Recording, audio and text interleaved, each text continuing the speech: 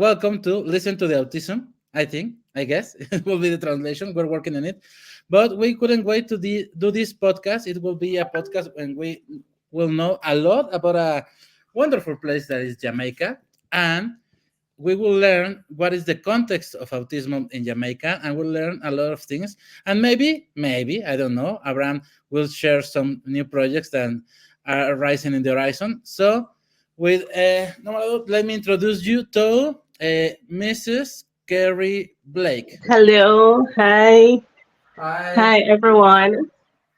Hi, hi. Thank Kerry. you for Welcome. having me. Thanks to you for joining. Very, Yes, very nice to have you here. yes, thank you. Maybe you can introduce yourself a bit. Okay, I am Kerry-Ann Blake. I am the founder of Friends of Autism Jamaica. That's a foundation in Jamaica that's dedicated to raising awareness and offering support for persons on the spectrum as well as their caregivers. Okay. Amazing. Can you tell us, Kerry, something about Jamaica? Because when Abraham was telling me about Jamaica and everything about you, I was like, I know so little about Jamaica. Really, really don't know. Can you give us some context about Jamaica and the country itself? Okay, great. Okay, Jamaica, we are an island in the Caribbean, land of wood and water and sun. um, Music. yes, our people were really warm, friendly. It's a great location for exploration and for vacation and stuff like that. Can you give I some have to say, economic context? sorry, Because no, it's I very have to say close that I to love Cuba. Jamaican food and I love music, Jamaican music. Here, there's a big community in London, Jamaican community, and I just love all the music and everything is so good. Sorry. Don't worry, don't worry. I was asking you if you can give us some economic context about Jamaica because you are really close to Cuba and Haiti. So I would like to know if Jamaica is like a country that is kind of rich, kind of poor. What is the context in Oh wow. Ah, it's a developmental country. it Uh, is, well, we're definitely not a first world country. We are developing, right? mhm. I would say majority of our citizens are on where they're not middle class, lower Okay. class persons really, working class to lower class persons. It's a very few persons who would be considered on a higher scale, right? So we are faced with certain economic challenges, Yes. right? Have you ever been to Mexico? No, I have not. I've never been to Mexico. I think it's important to have some economic context because in Mexico we are considered like developing also, but we have also a great economy in some portions.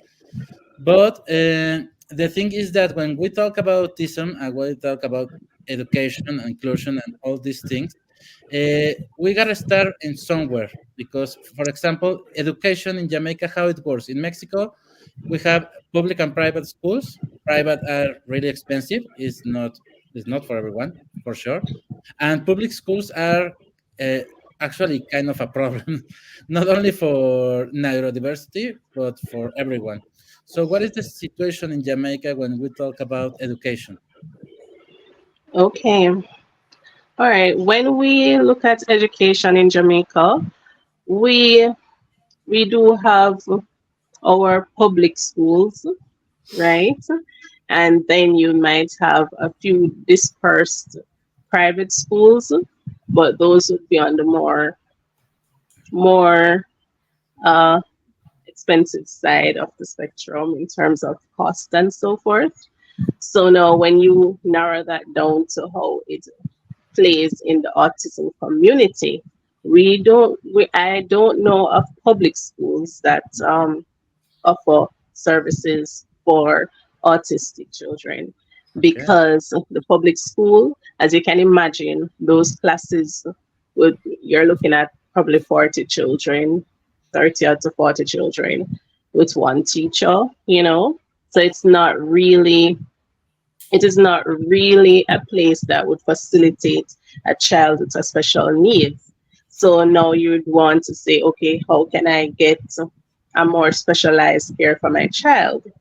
You would have to look to put that child in a private setting, whether you get someone at home for the child or you send the child to school with a shadow.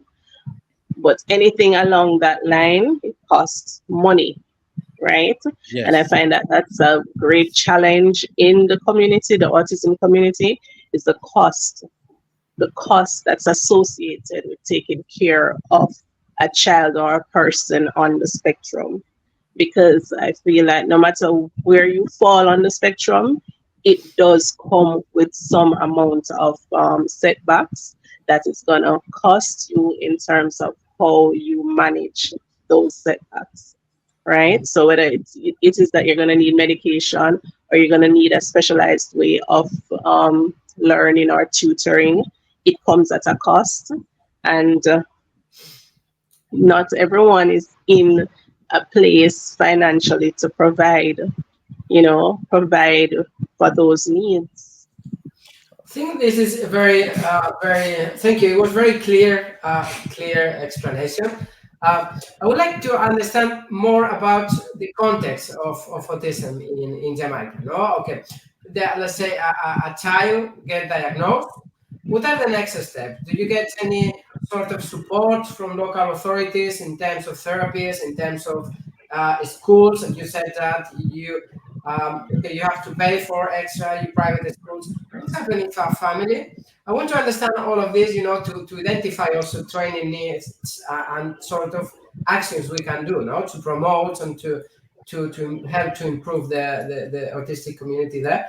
So, what are the main challenges in that sense? If a family cannot afford a shadow for their child, or if they cannot afford a private school, what are the alternatives they have? Okay, all right. So, to be frank with you, the alternative. Okay, all right. Let's bring it home for my family. Let's Yeah. put it into perspective.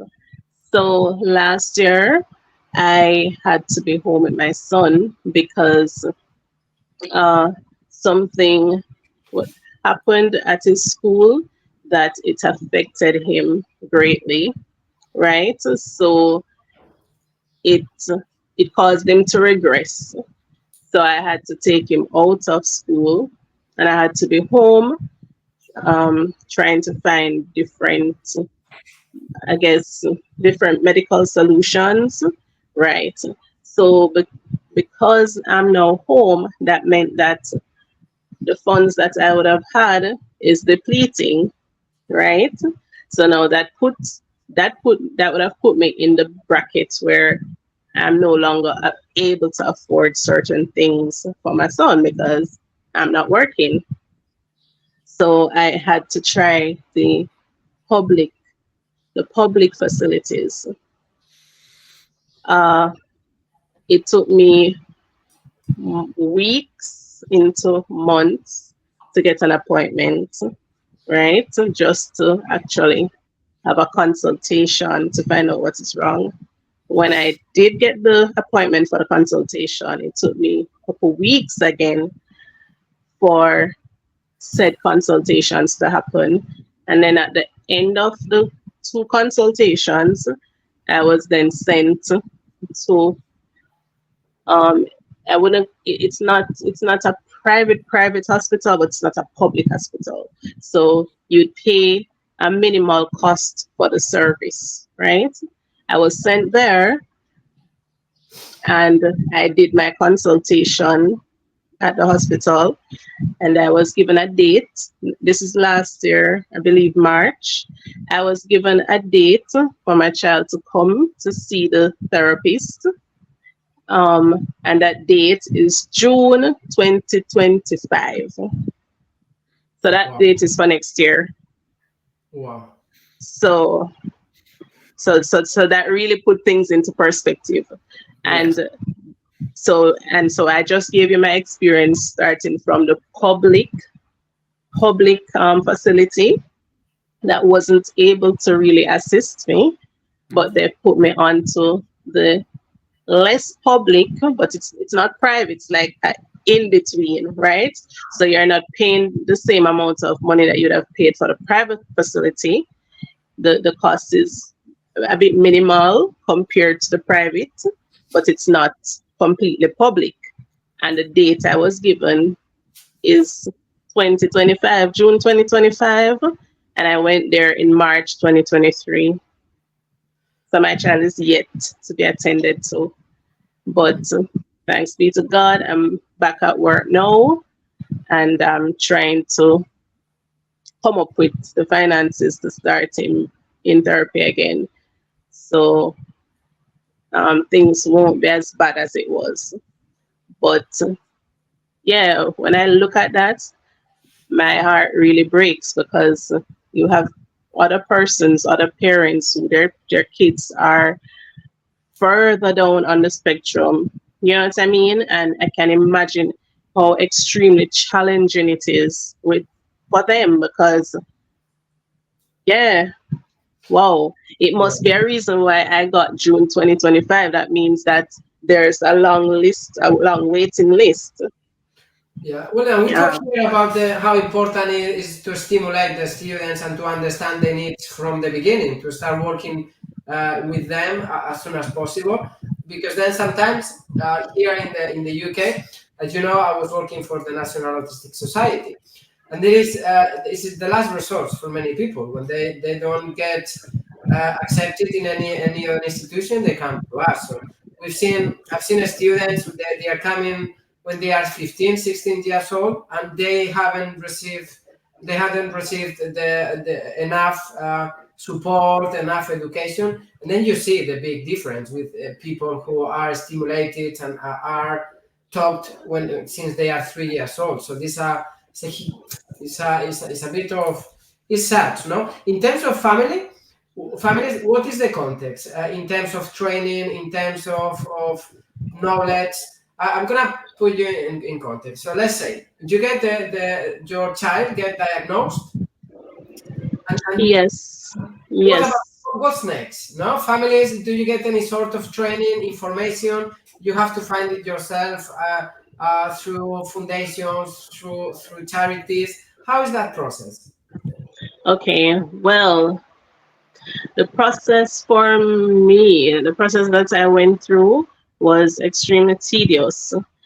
Uh, my child was diagnosed at age 6. He's now 8.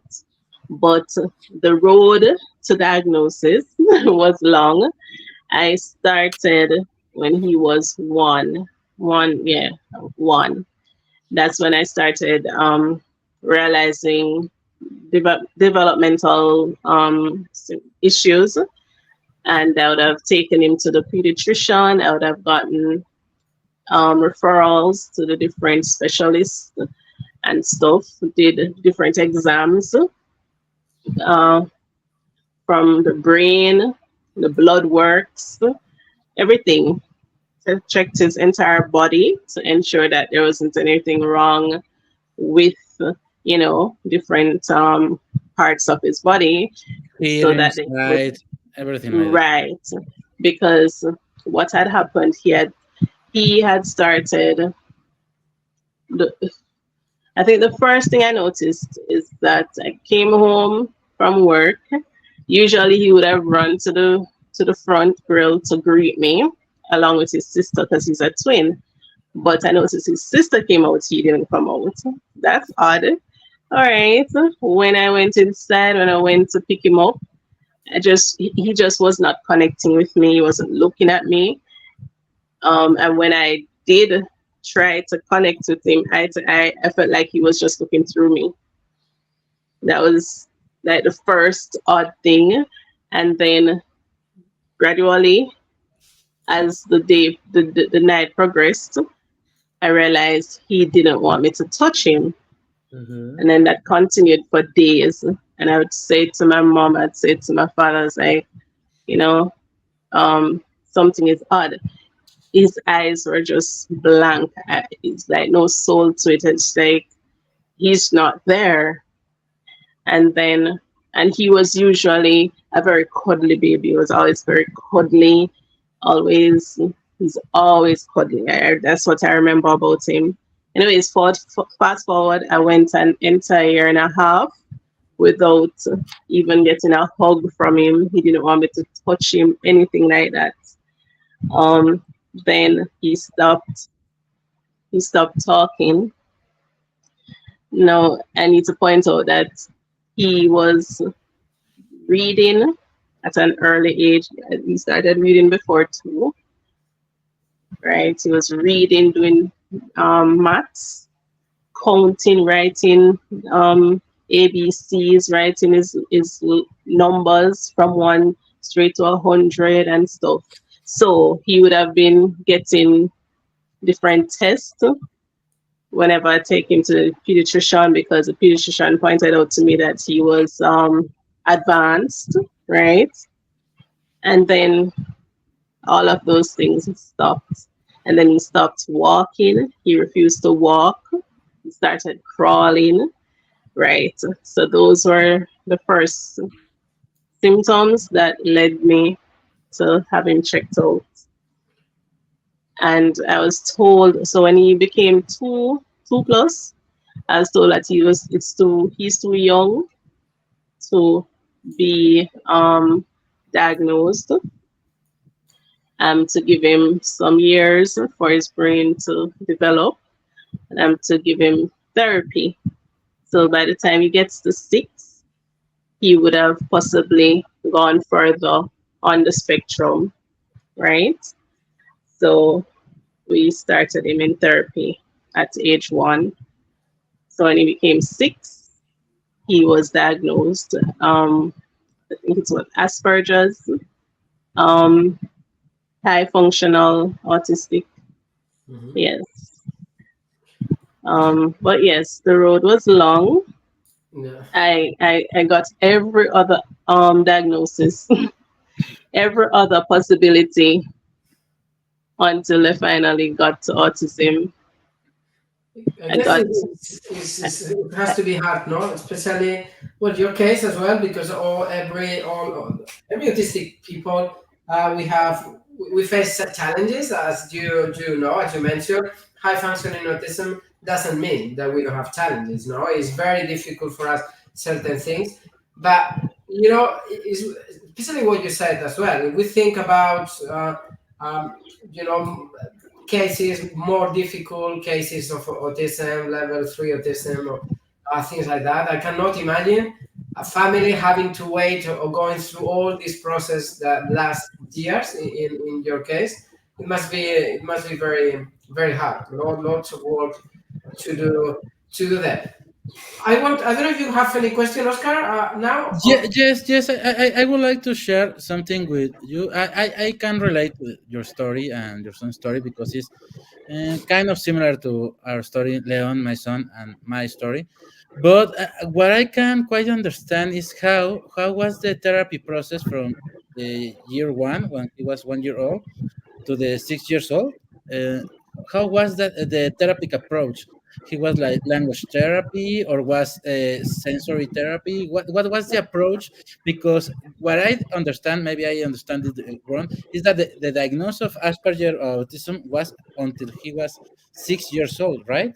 Before it was only like kind of global therapy, or what was the approach there? okay. So um, we got him in it's called Therapy Plus. They cater to persons on the spectrum. Mhm. So we got him into that facility. They offer a broad range of therapies. So he did speech therapy. Um, I don't remember the name of the other one that deals with your motor skills, because he had stopped using his hands, Okay, yeah. stopped walking. So he had to get that therapy where um, there was this playroom, like Occupational playing therapy. therapy, yeah, occupational. So when so they would massage him and oh Lord, different sensory stuff. And uh, what I know is that at the end of that, he was able to now feed himself, right? He's walking again and stuff like that. But all of those stuff stopped. So he had to get a broad range of therapy, speech therapy, therapy for his motor skills. Uh, the only thing that he didn't do was the one that deals with social therapy. So that's something that I have to get done now. Um, and another one that deals with how to like mm, like anger management or something like that, where he needs therapy to properly express himself, Okay, yeah. right? Yes. But aside from, so those are the therapy that I need to do now. But at the facility, he got speech therapy, occupational therapy, the therapy that dealt with like his motor skills, fine motor skills. They taught him how to feed himself again. Mhm. Um, he just started running last year. He wasn't able to run before. He's still not able to tie his shoes lace or button his clothes. Those smaller things. He's not able to do those still, but uh, other functions he's able to do. He's able to help himself. But Yes. yeah, but things that he has to really like, depending on the texture and stuff. I don't. He's not grasping certain stuff. Yes, but yeah, that therapy facility, they gave him a wide range of different therapies, and during the process, they because I had to attend the sessions with him, they would train me in how to deal with him, and even for instance, there is this one for sensory when he's having tantrum, how to massage the different areas like his feet, like the sole of his feet or whatever, to calm him down and different things to give him to calm him down and stuff. But that was when he was like 1, 2, into 3. It doesn't work now. He's a lot older now, so I know I need more therapy to help him now because he's older. Those things don't work with him anymore. But Has to be yeah. seen with his sensory profile. No, it really changed sometimes for autistic people. I told you already. I think one of my main difficulty is, well, sometimes I don't understand some social situations. I have to ask my partner. I have to ask my friend. Or did he was he upset? Was I wrong? Did I say anything wrong? Because I don't understand it, and it's a bit difficult for me. But I struggle with sensory. I have difficulties with some noises and some textures. And is my main difficulty over the years. And sometimes it is that there are certain I don't know. I'm usually very good with patterns, but I try to analyze the patterns or things that I've eaten, things that I've done that day, noises, because there are certain days that I'm too sensitive. So even I'm always wearing these black things from very. I have my colors always, and I don't get different colors. But sometimes the same T-shirt, there are certain days that is so itchy for me that I cannot, and I even the sound of a pen on a paper when you write, people tell me, but I cannot even hear anything. For me, it's like if you write on a blackboard with a chalk, that sound for me is I can't, so that's I sort of understand these difficulties because it's very, when you have that day, it's very very annoying. It's a day you suffer a bit. I want to ask something, try to understand, see what we can do there, and how we can support, and all the amazing projects we can start there. When we talk about autism, something I fight, like peacefully fight always, a lot is, around 80% of autistic people around the world are unemployed or with a very poor employment. So how is the employment of autistic people in Jamaica? Okay. Good question. Well, I have observed, so I don't know statistically, I don't have figures, but what I do is a lot of observation. So when I do go to these facilities that I've been to over the years, right, I would find that, for instance, the person who deals with like data entry, I would have identified that yes, this person is definitely on the spectrum, you know, right? So I have found that different private entities that offer certain services that would have led me to go to them for some reason or the other, and I've found at least one to two persons who I could readily identify that this person is on the spectrum. I've found that they're in some data entry capacity or something that has them functioning around the computer. That's what I've observed. So they're usually employed by the same facilities that are offering some sort of support, right? Yes, Very they're positive. employed by them.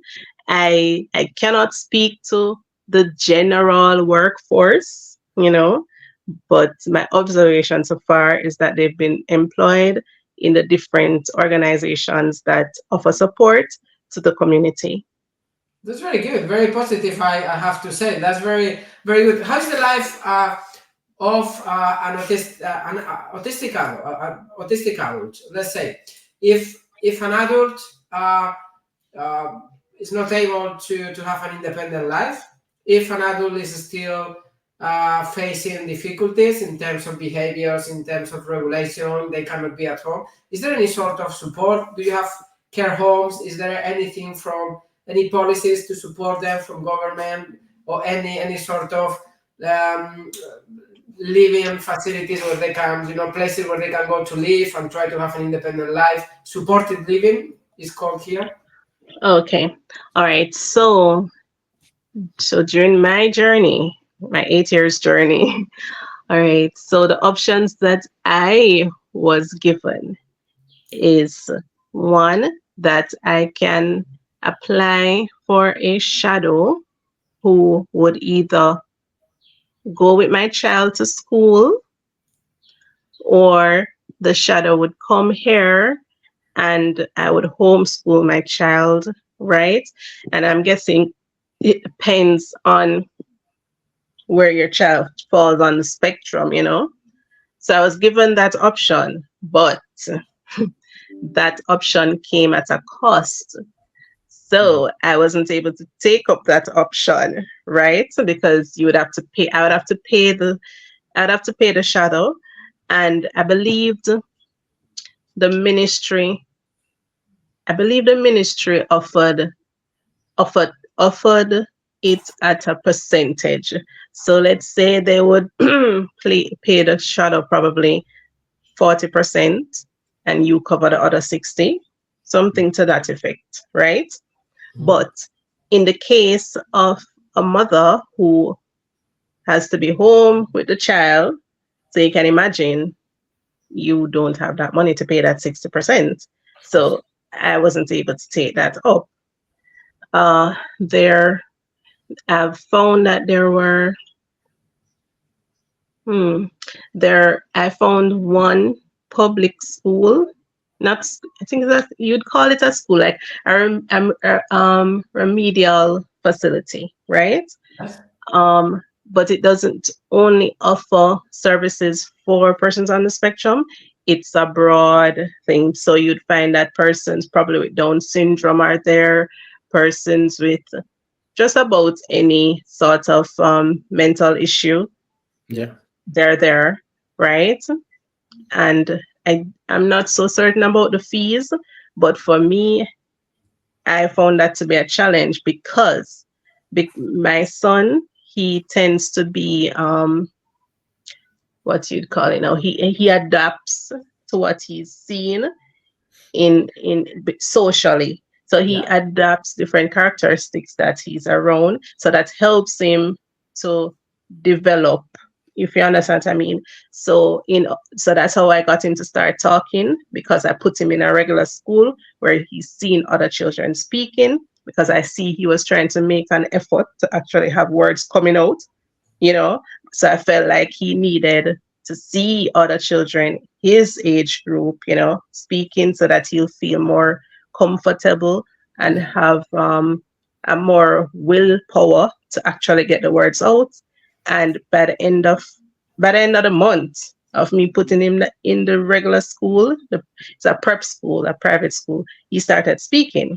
So I said that to say, I felt that if I had put him in that facility that has different persons with all sorts of different challenges. I remember when I went there, I see somebody throwing themselves on the wall, beating up themselves on the ground and carrying on. I felt like that would have been too depressive for my son based on his condition. So yes, they have a facility, but I feel like because everybody needs the help, everybody just crowd up their children there. You know what I mean? Yeah. And I don't know how much of a help that can be, other than it allows you to go to work and you don't have to worry that your child is at home by himself or herself. So it Yeah. allows you to go and get your stuff done and pick up your child in the evening. But I'm not really looking for that. I want my son to be able to get that developmental experience, Yeah. so that I know that he can manage himself for years to come, especially if I'm not around, you know? Yeah. Okay. It's Oscar, you have yes, it's kind of I don't know, for the lack of a better word, depressing, seeing that these situations are all around the world. That the public system is lacking of the options for autistic people and actually all neurodivergent aspects of the persons around the world. So also disabilities, any sort of disability, any any sort of disability. sort Thank you. of. Sorry, you gotta bear with me with the English. I'm a little rusty right now, but I wanted to share something. That's why I think it's important about talking about the economy of the country, because, for example, when we talk about the United States or the United Kingdom, first world countries, the baseline is different, and the education is different. But we talk about developing countries, we have different situations. Actually, not only in the country but the cities. For example, here in Mexico, it's not the same Mexico City and I don't know, a little town in Chiapas. But I would like to start about the foundation, the Friends of Autism Jamaica. I would like you to tell us about the work you do, what you do, why you start this, what was your journey.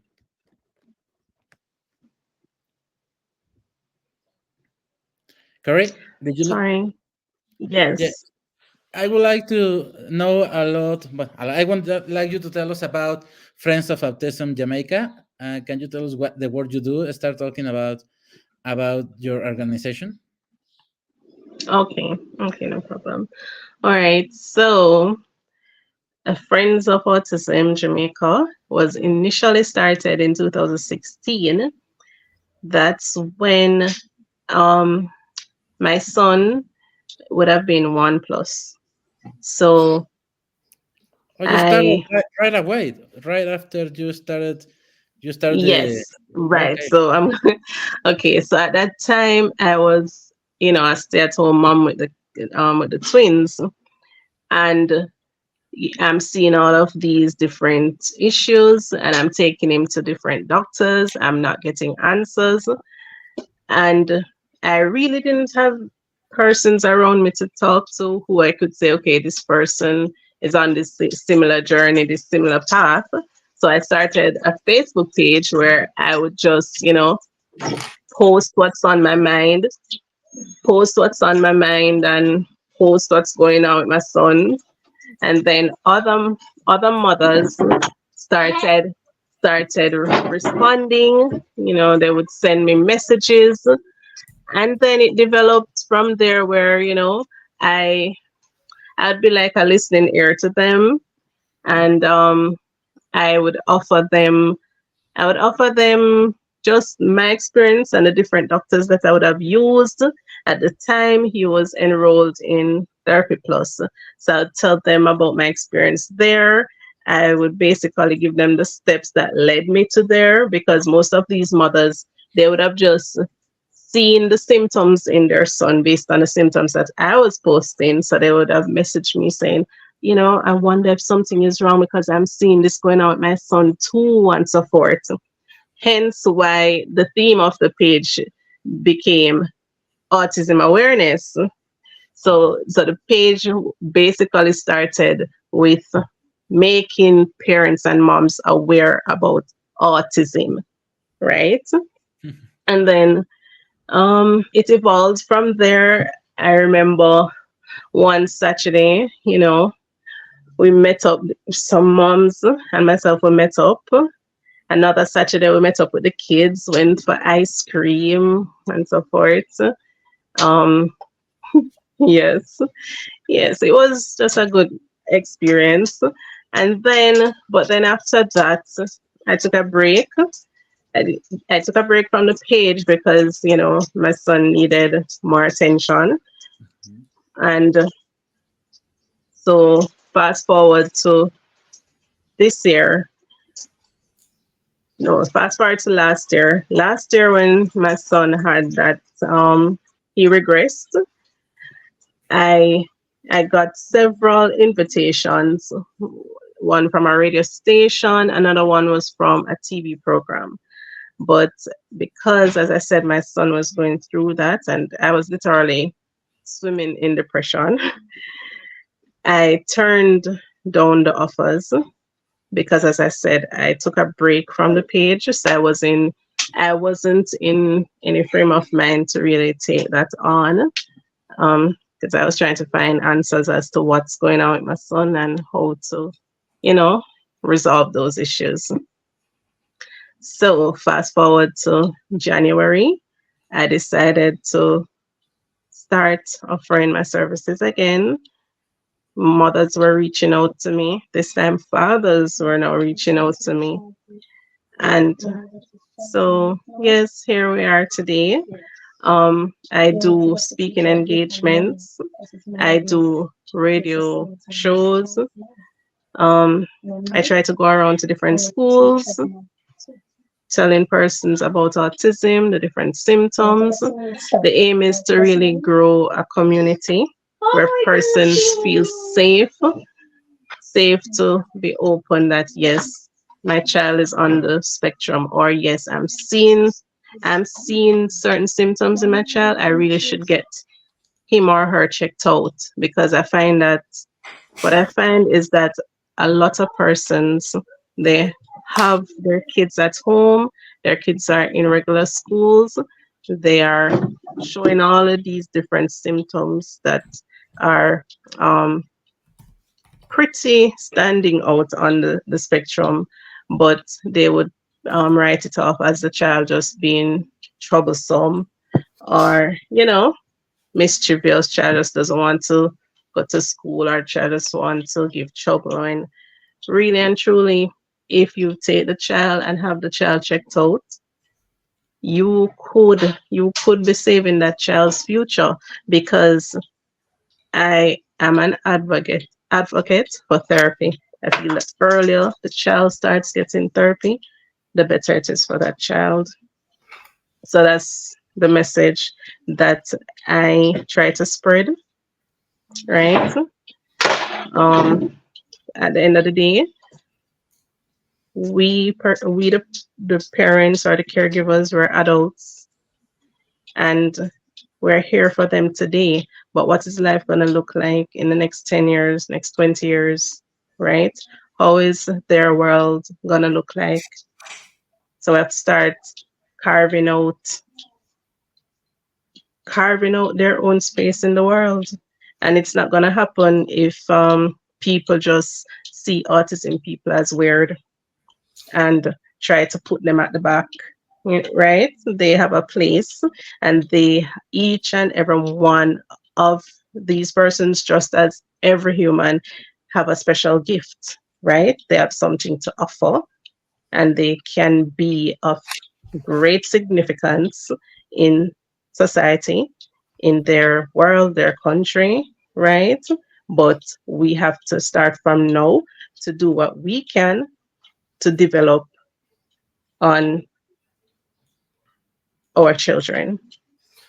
It's so good. I'm getting goosebumps. We say here in London, in the UK, because you couldn't be more right. No, it's so important that people understand the diagnosis is not a prognosis. So it doesn't mean if you're autistic, it doesn't mean that you are not going to be able to be independent, that you are not going to be able to have a decent life, that you are not going to be able to have a job, that you are not going to, that you don't understand emotion, that you are not empathic. So all of that, what we need, we don't need to be, we just need to be understood. People need to understand how our brain works in order to be able to support us, to understand us, and to provide the right resources for us to blossom, to have a decent life. No, this is something that's why I like your foundation, your story. That's why I want to, I cannot wait to collaborate. I think it's a good time now to say for everybody who is gonna be watching the podcast that the 11th of May we're going to be doing a webinar online. Then I will be meeting some families the following days. The idea is for us to do workshop in August as well, face to face expos, blah, blah, blah, a few things we will be announcing. And the main thing that I pick from this podcast, this conversation, is the need of awareness. No, the needs, and it's something I would like to focus on when I'm there and all this time as much as you need me, especially to. Hey, how are you, my friend? I'm good. Are you They're good? back from school. Oh, how was the school? Good. Okay. Hello. Hi. Hi. How's it going? I could meet him last Rough. Saturday. I had a conversation. Very very nice boy. Um, no, it's just the need of people to understand that we can have a decent life. We can study, we can do many things. So thank you for all your words. It was very very inspiring, and it gives me a bigger scenario of the situation in Jamaica and how I can support there.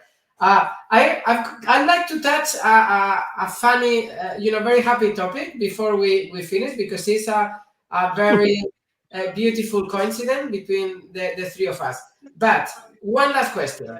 Let's say that you had the power of uh, click your fingers and change the improve the situation for autistic people in Jamaica, no, or in the world.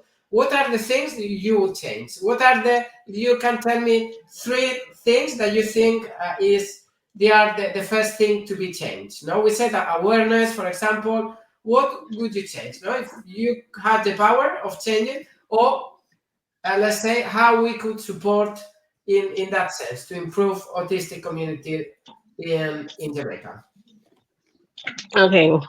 Certainly one would be the availability of resources. Resources meaning both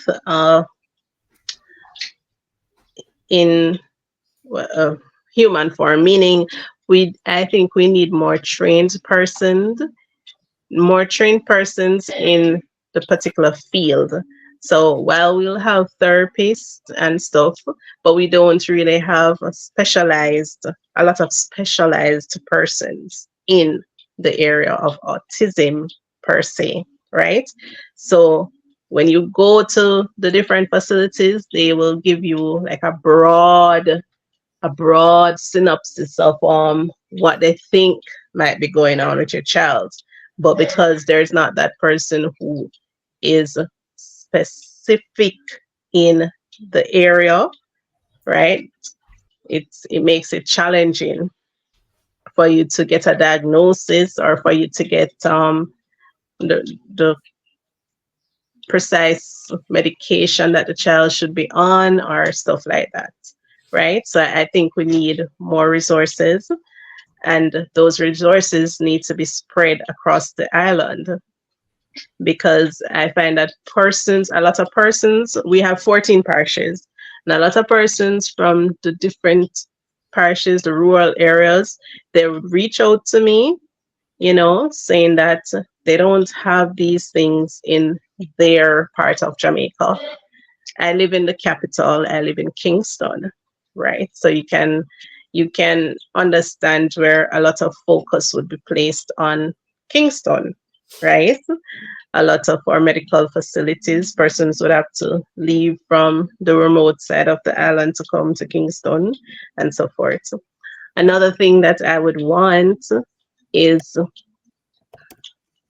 I would want uh some s- I would want some more emphasis to be placed on the community, which I think I see myself going down that route, playing a more vocal part, so that we can even have a place in the decision making. I feel like there should be someone advocating for us in the different um, governmental meetings and stuff like that, right? Uh, so I'd want the community to be more vocal, or if not the community, there should be a vocal representative for the community.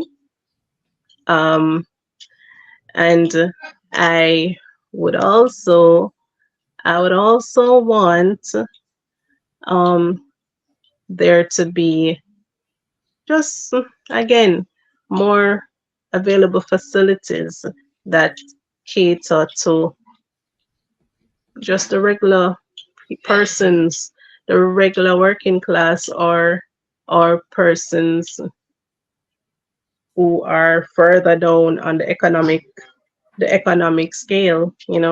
I'd want to see. I know that these things come at a cost, but I'd want to see a greater effort, because autism has become more broad scale, right?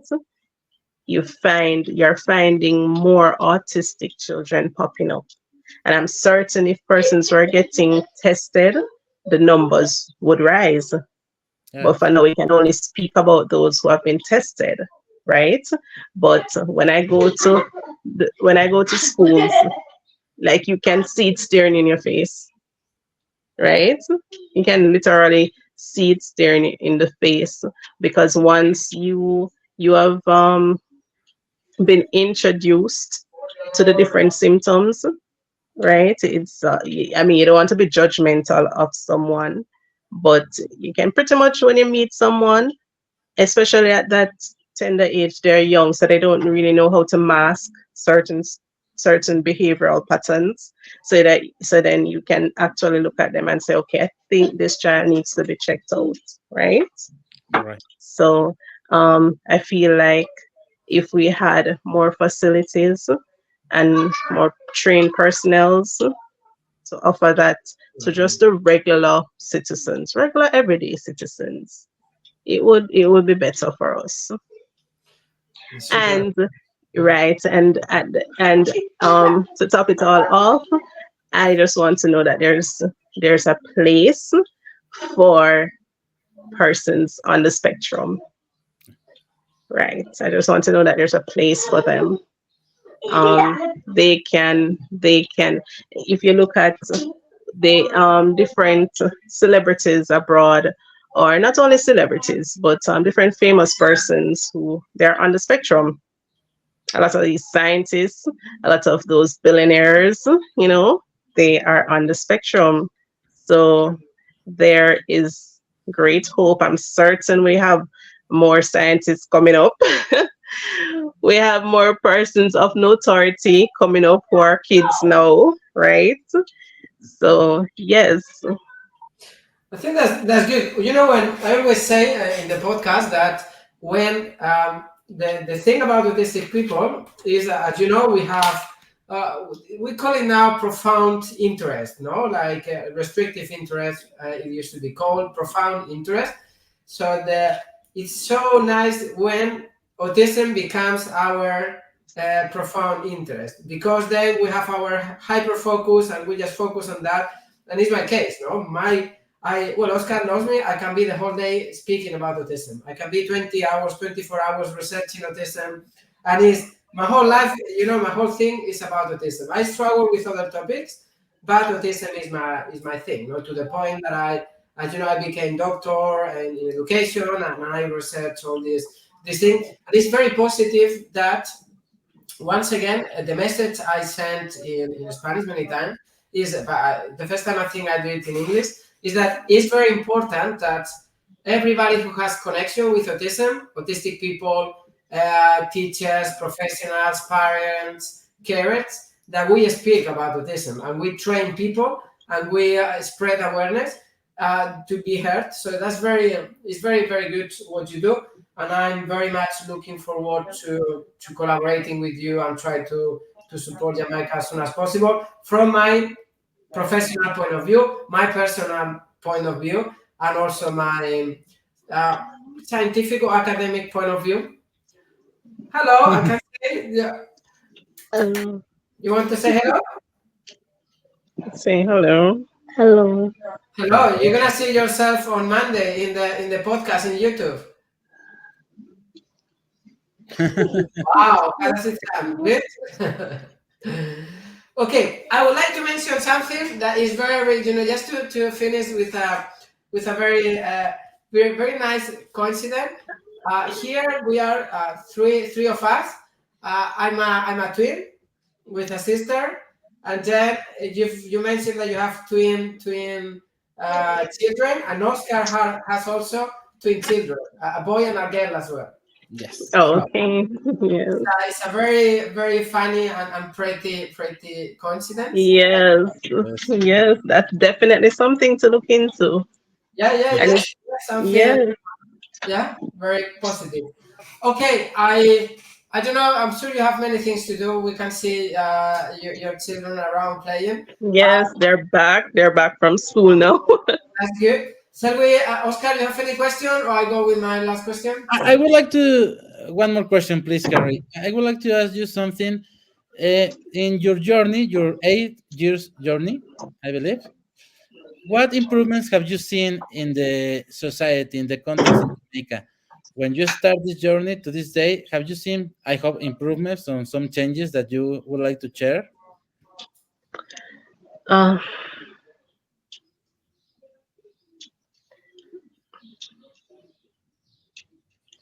some improvements. We hope there are improvements, because if not, I'm going to be a bit depressed. Oh Lord. I don't know. I wouldn't say I've seen much, to be honest. Okay.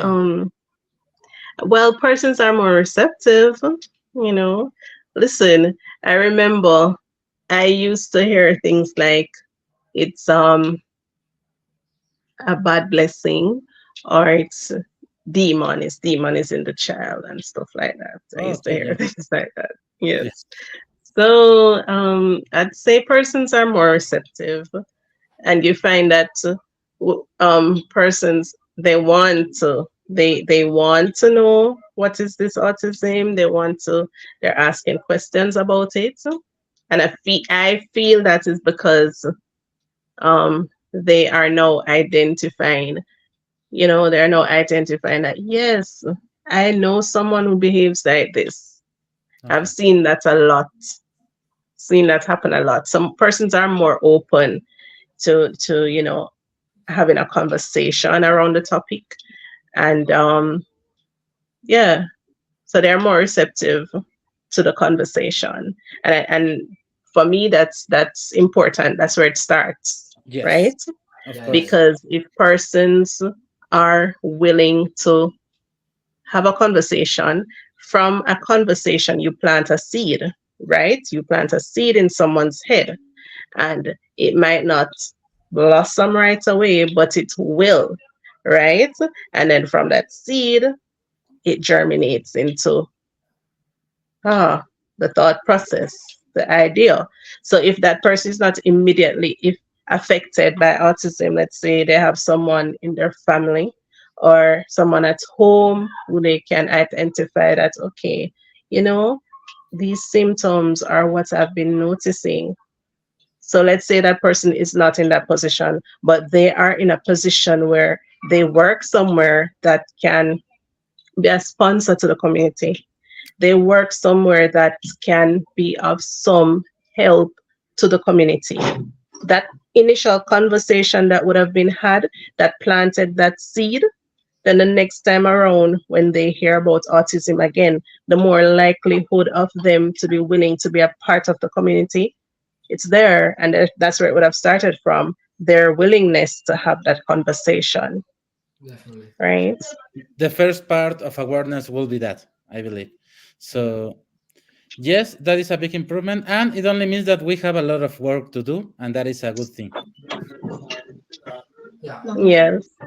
Okay, so I have to say thank you so much for the podcast. It's gonna be shown before it's gonna be on the YouTube channel before the webinar we do. So then everybody gets to we can get to watch it. I always finish with our popular question that we do to all the guests we had so far. And the question is, what is a smile for you? What is the importance of a smile when it comes to work with people on the spectrum? Smile. A smile for me offers hope. Love. Hope. I say that to say last year was very dim for me. It was hard, it was challenging, it was everything. I gained wrinkles and 2 gray hair from last year experience. So smiles weren't something predominant in my household last year, right? So Yeah. a smile, it offers hope. I remember when I returned to work and somebody said, "Wait, Kerry, put a smile on your face, man." I didn't even remember that. I was walking around with this sour face. I call sour face, like, but I'm known for my smile. No, a smile, it changes things. It does something to you mentally, and it does something to someone who you give that smile to. So for me, smile is hope. It offers hope. Wow, that's so good. When you would say when you smile to somebody, you smile to yourself first. You put the smile on your face, and then it makes you feel. Thank you so much. It was very inspiring. It was super good to get to know more about your community there. I cannot wait to meet all of you online and face to face and organize everything we can together to bring, as you say, to bring smiles and to bring hope to all the autistic community in Jamaica. Thank you so much. Thank you so much. And thank you. Thank you so much for having me. Thank you, Dr. Abraham. And I did not get your name. What's Oscar. your name? Oscar. Oscar. Thank you, Oscar, for having me. Very nice to meet you. Yes, and I look forward to meeting. I look forward to meeting you in person. Yeah, just a few more months. Yes. Thank you so much. Thank you to everybody as well. See you soon. Yeah. On that note, this was Escuchando el Autismo.